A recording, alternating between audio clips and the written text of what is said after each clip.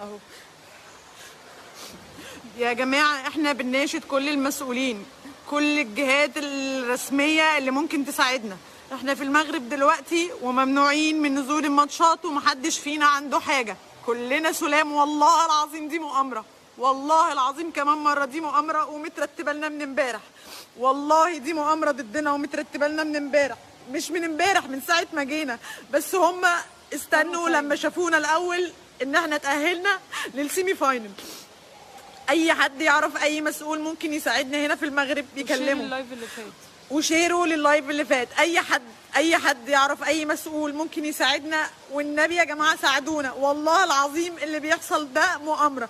دلوقتي فرقه المغرب كسبت كينيا وهيكسبوا نيجيريا وهم اللي هيتاهلوا، وهم والله العظيم ما يستحقوا، والله ما يستحقوا ان هم يتاهلوا. اللي بيحصل ده مؤامره ضدنا. انا بقول للناس كلها ومتاكده من اللي انا بقوله، كابتن احمد سليم وهو معزول في اوضته وما فيهوش اي حاجه. لو سمحتوا وصلوا صوتنا ده لكل المسؤولين. دكتور هشام حطب كلمني الصبح وقال ان المفروض ان احنا هنروح على الملعب عشان نلعب. رحنا الملعب الصبح وتم منعنا ان احنا ندخل الملعب، والناس بتعاملنا بقمه القذاره وعاملين حوالينا كده زي دايره. الناس دي لو احنا فعلا كان فينا حاجه، الناس دي ما كانتش هتقف جنبنا وما كانوش خلونا نقف كده في الاوتيل. الناس دي لو احنا فعلا فينا حاجه ما كانوش وقفوا معانا وما كانوش وقفوا جنبنا.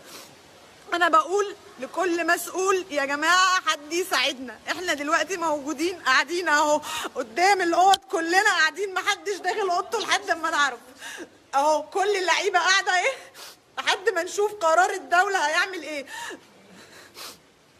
ورحنا الملعب جابوا لنا بتاعه اللجنه الطبيه بتقول لنا امشوا، لو ما مشيتوش هنجيب لكم البوليس. ازاي هتجيب لنا البوليس بتهمه ان احنا عايزين ندخل نلعب الماتش وانتوا مانعيننا؟ الناس كلها مخالطه بينا، والله العظيم فرقه المغرب اكتر فرقه مخالطه بمصر. بشرى حجيج رئيسه الاتحاد الافريقي هي رئيسه اتحاد المغرب، والله العظيم.